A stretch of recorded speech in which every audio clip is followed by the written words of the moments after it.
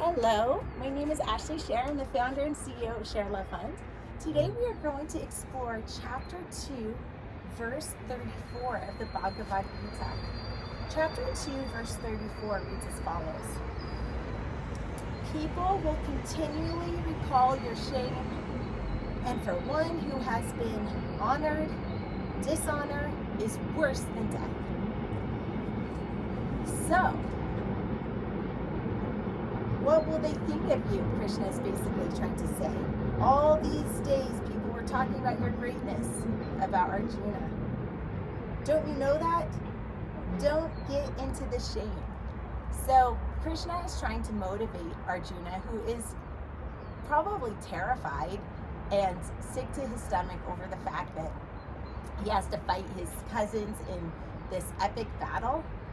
And Krishna has first said, Arjuna, do it because it's your duty. And then in earlier scripture, Krishna said, well, do it because there's a carrot at the end. You'll go to heaven.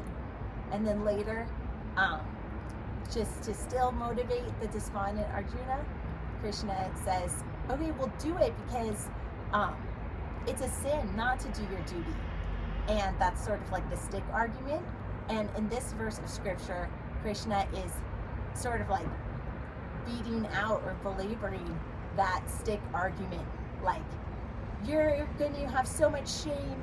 You know, it's like one thing for someone who never had honor to be despicable, like maybe they didn't know better. But for somebody who was honorable, then to do something shameful, like there's truly no excuse for that.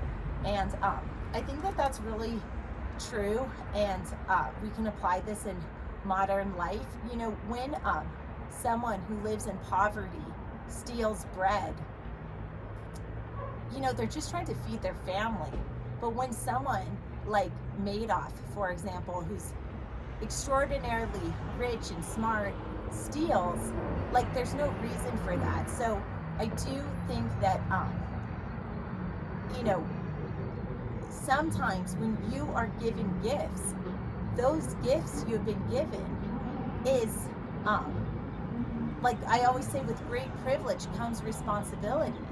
So yeah, sometimes we're held to a higher standard because we've been given gifts. So, you know, like for example, I make philanthropy, doing these videos for free as my job so that women in prison can get a free vocational training degree as a yoga teacher. These videos are part of the free RYT 300, the Yoga Alliance accredited 300-hour yoga teacher training program that we offer for free to women in custody.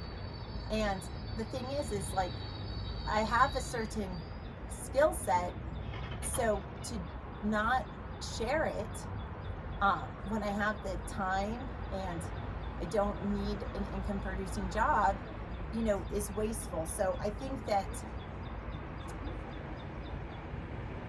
in daily life, we should really just try to think about the gifts that we've been given.